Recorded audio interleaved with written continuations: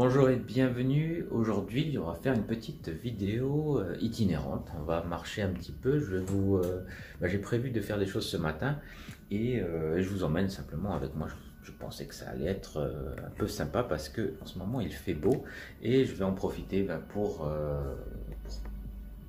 dessiner. Voilà. Donc pour dessiner un petit peu si j'ai le temps. Donc on va faire plusieurs choses en plusieurs endroits. En fait, on va aller là, je vais partir à la salle de sport et puis je vais ensuite faire des courses et entre tout ça, je vais essayer de me poser pour dessiner un petit peu.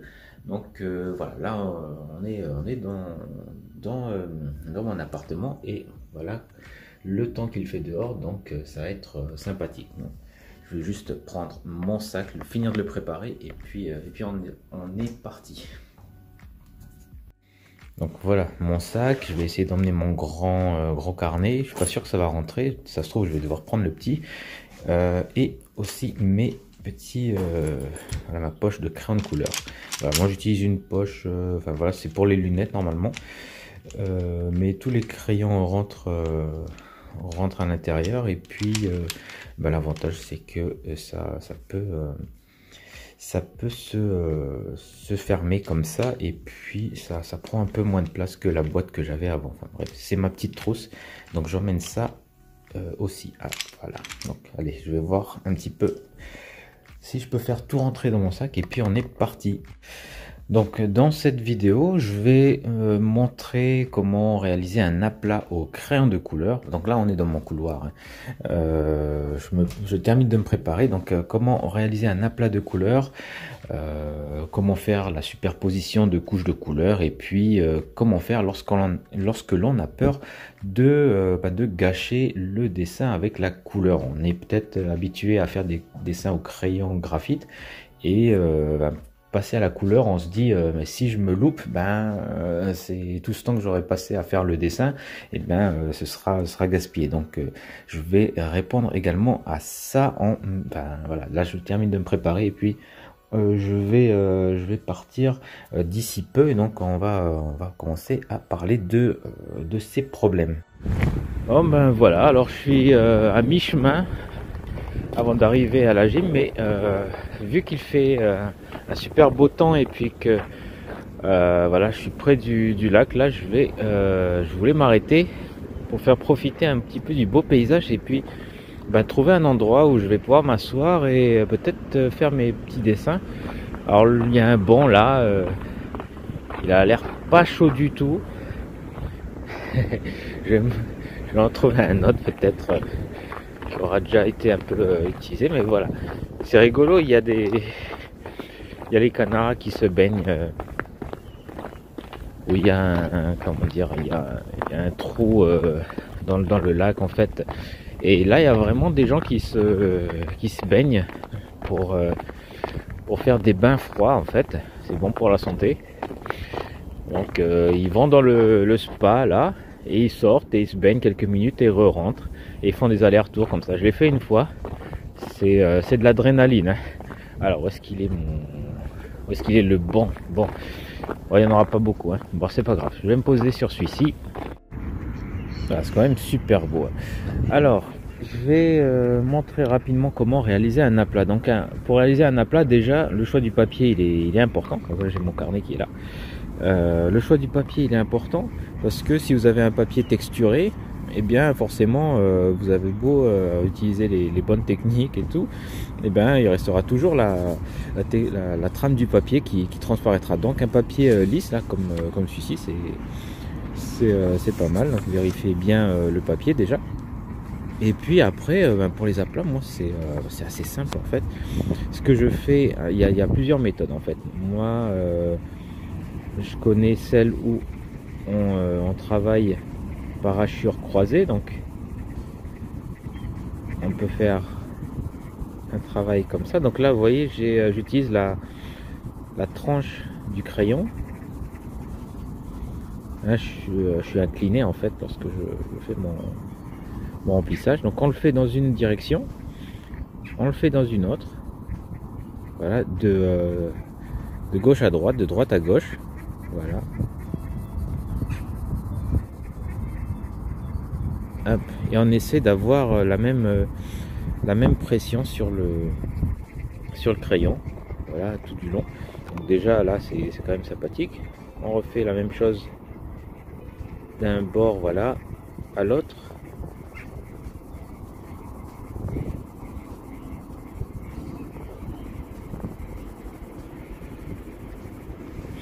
Et puis pour finir, de droite à gauche, hop, ce qu'on n'avait pas fait au départ, voilà.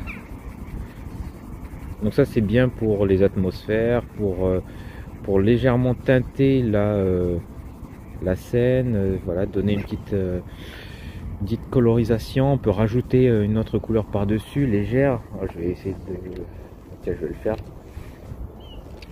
Donc voilà, là normalement on a l'aplat. Et donc je vais rajouter une couleur. Moi j'aimerais bien rajouter un rouge, s'il y en a dans mon... Où est-ce qu'il est? Hop. Alors, où est-ce qu'il est? Bon, on va prendre celui-ci, magenta. Hop. Et on va rajouter une petite couleur dessus, au hasard. Voilà. Et on réapplique, voilà, avec cette technique là.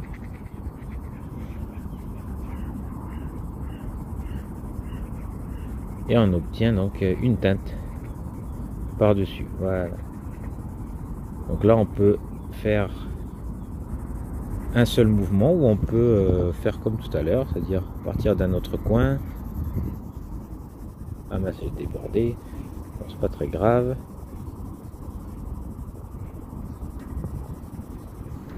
Et on va appliquer, voilà, la technique, hop. Donc on fait ça, et pour être sûr qu'on réalise un aplat bien plat, eh bien on va utiliser le crayon, où est-ce qu'il est, le burnisher, le blender, voilà, le mélangeur. Hop.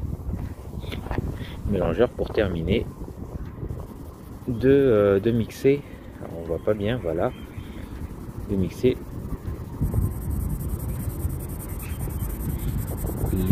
les couches ensemble.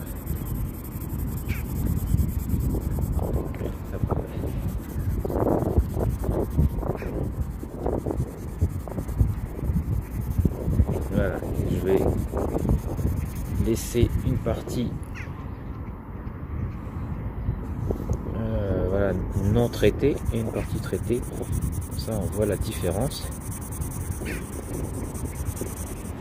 Et voilà, et là on a un aplat, un super aplat pour les crayons de couleur. Donc voilà, on commence à faire un petit peu froid là, avec ma main sans gants. Hop, je vais vite me réfugier dans le centre commercial où il y a la salle de gym.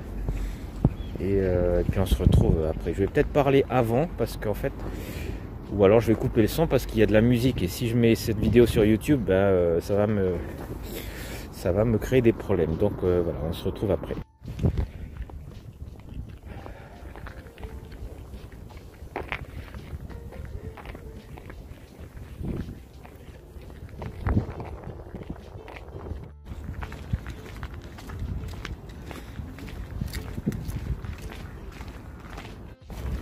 Donc voilà, après avoir traversé le pont, j'arrive à la salle de sport.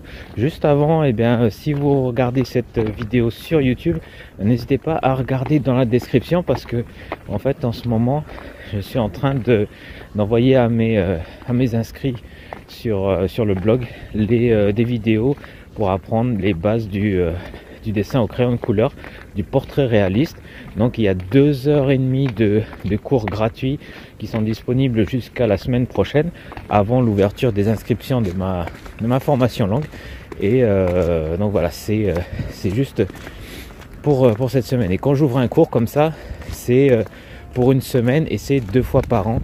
Donc voilà, si ça vous intéresse, ne manquez pas les vidéos de cette semaine.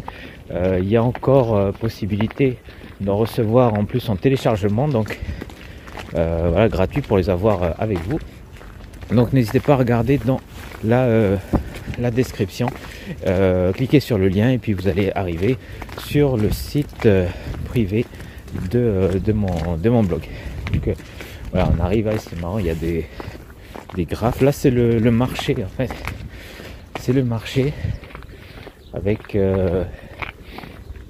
ah, ça sent bon. Ça sent bon. Il y a des spécialités ukrainiennes et tout qui sont préparées là dedans. En fait, il y a du poisson aussi et des fruits et tout. Bon, là ça a l'air fermé. Je ferai un tour un autre jour pour vous montrer. Donc voilà, je suis arrivé devant le centre commercial où il y a ah bah tiens, c'était la Saint-Valentin il n'y a pas longtemps. Il y a encore les affiches où il y a ma salle de sport. Donc à partir de maintenant je vais arrêter de parler. En fait, je vais couper le son parce que avec la musique, comme je l'ai dit, je vais avoir des problèmes sur YouTube. Donc voilà, du coup ce sera des commentaires en voix off que je ferai. Allez, c'est parti, on rentre.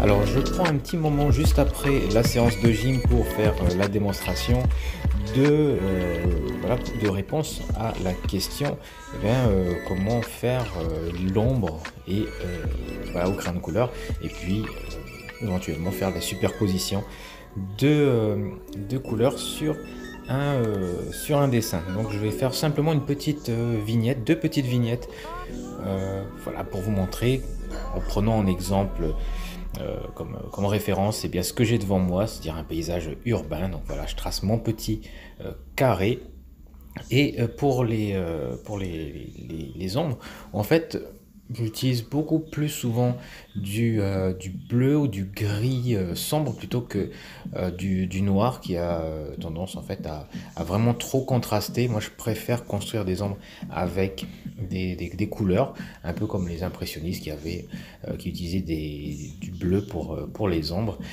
ce que je trouve très naturel et puis très esthétique. Donc c'est un peu ce principe là que j'utilise. Donc et voilà, le deuxième principe, c'est simplement que pour que l'ombre paraisse encore plus sombre, sans avoir à trop forcer, sans à mettre du noir et tout, et je vais utiliser dans la majorité de la scène des couleurs plus chaudes avec des teintes orange et jaune. Donc là par exemple je prends mon gris et puis je commence à repasser sur l'équivalent des bâtiments sur mon dessin. Donc ça vous montre qu'on peut commencer par des couleurs qui sont qui sont moyennes. On peut également commencer par des couleurs chaudes. Et là je commence avec mon gris clair, et je viens repasser sur le bâtiment qui est éclairé par le soleil avec mon jaune. Voilà, et du coup celui-ci ressort beaucoup plus, il est beaucoup plus chaleureux que le gris que j'ai utilisé. Donc voilà, ça fonctionne assez bien. Après on peut avec ces petites vignettes faire des expérimentations pour voir ce que l'on préfère ou ce qui rend le mieux par rapport à la scène, à notre modèle référence. Donc là je vais pousser un petit peu le contraste avec de l'indigo. Voilà, donc il y a aussi un bleu mais plus profond, et voilà, ça permet également de dessiner quelques petits éléments supplémentaires. Là c'est un petit abri qui se trouve en face, au milieu du bâtiment, et donc voilà, là vous avez un exemple de contraste que j'aime bien utiliser. Et après, on peut également, voilà, utiliser du orange. On peut varier un petit peu. Hein. Voilà, du orange sur le bâtiment. On peut étaler l'orange partout. Donc là, je commence par la couleur chaude, alors que là-haut, j'ai commencé par une couleur relativement, non, très froide même, qui était le gris clair. Et voilà, c'est pour vous montrer qu'on peut aussi commencer par la couleur chaude et puis venir appliquer une couleur plus froide, encore que voilà, c'est pas vraiment un bleu très froid celui-ci, mais voilà, l'effet fonctionne également. Donc ce qui est intéressant dans l'exemple du bas, c'est qu'on a encore un petit peu d'orange dans le bleu final, et du coup ça donne quelque chose d'homogène à la composition, puisqu'on n'a pas deux couleurs qui sont séparées, mais on a un petit peu d'orange dans le bleu, ce qui rend la scène un petit peu plus naturelle. Bon, ben voilà, j'ai terminé la séance de sport. Donc j'ai fait une petite démonstration juste après. Alors c'est pas une bonne idée hein, après le sport, la main toute crispée là d'avoir fait de l'exercice. Donc c'était pas au plus, c'était pas le plus précis, c'était pas mes dessins les plus fluides. Voilà, mais bon, même voilà, c'était juste pour vous montrer un petit peu une illustration de ce dont je voulais parler par rapport aux superpositions de couleurs et puis à l'ombrage. Donc là, on va traverser vite fait là. Et du coup, ouais, la dernière question à laquelle je voulais répondre, c'était lorsqu'on a un dessin qui est satisfaisant. Voilà, on a fait un dessin au graphite et il est bien, il est précis. On a pris le temps de mesurer. C'est un portrait qui est comment dire, ressemblant. Voilà, on a fait du mieux qu'on peut et qu'on pouvait. Et puis du coup, on n'a pas envie de le gâcher à y mettre de la couleur. Alors en fait, personnellement, je préfère penser un portrait dès le départ, s'il est en couleur ou pas. Donc si je veux faire un portrait en couleur, je vais commencer directement avec la couleur. Alors, je vais faire l'esquisse en couleur, je vais faire les mesures avec des crayons de couleur et je vais pas utiliser de crayon graphite. Ou alors si j'utilise un crayon graphite, je sais que je vais ensuite essayer, je vais ajouter les crayons de couleur par-dessus. Donc je suis préparé mentalement à expérimenter, voilà, et puis à ce que ça puisse capoter. Donc c'est l'éventualité qui fait que je suis pas déçu finalement. Je m'attendais à ce qu'il y ait un problème. Donc voilà, donc je dirais premier conseil, ce serait de ils démarrent vite au feu rouge les mecs là.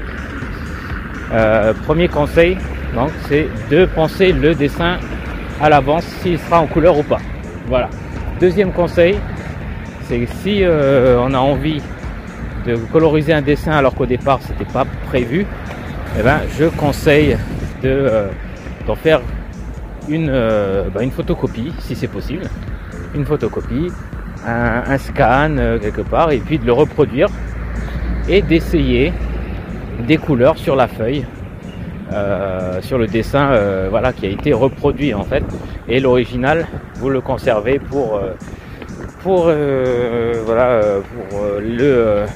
lorsque vous avez suffisamment expérimenté, et bien que vous dites allez, là c'est bon, je vais pouvoir me lancer, et du coup vous lancez sur l'original avec la combinaison de couleurs que vous préférez.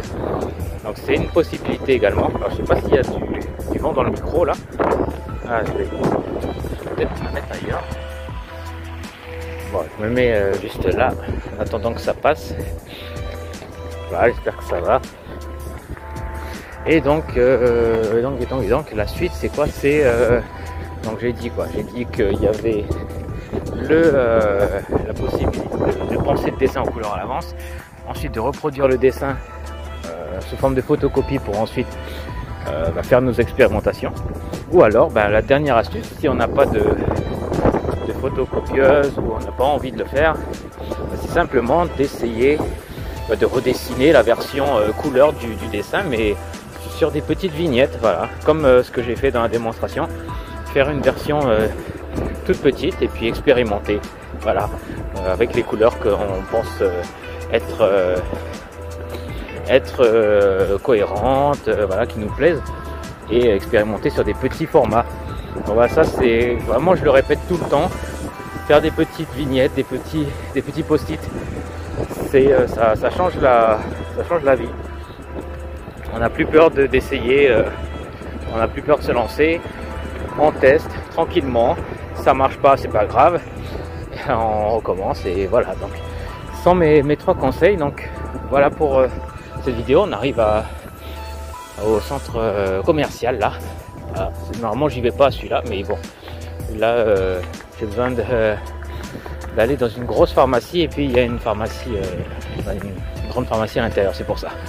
Donc voilà pour cette vidéo. Alors merci de votre attention, et puis comme je vous l'ai dit, en ce moment il y a les vidéos sur les bases du dessin au crayon de couleur, pour dessiner des portraits au crayon de couleur, qui sont disponibles, voilà, encore pendant quelques jours, donc moins de 2 semaines. Non, c'est la dernière semaine en fait.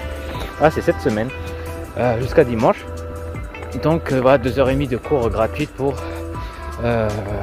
vous lancer dans les crayons de couleur. Donc vous pouvez voir dans la description de cette vidéo le lien, et puis voilà, vous allez pouvoir voir les vidéos. Donc voilà, je vous quitte sur ce beau paysage urbain, voilà, les architectures rondes et érigées, voilà, avant d'aller attaquer mes courses. Donc merci pour votre attention encore une fois, et puis à bientôt pour une prochaine vidéo. Au revoir.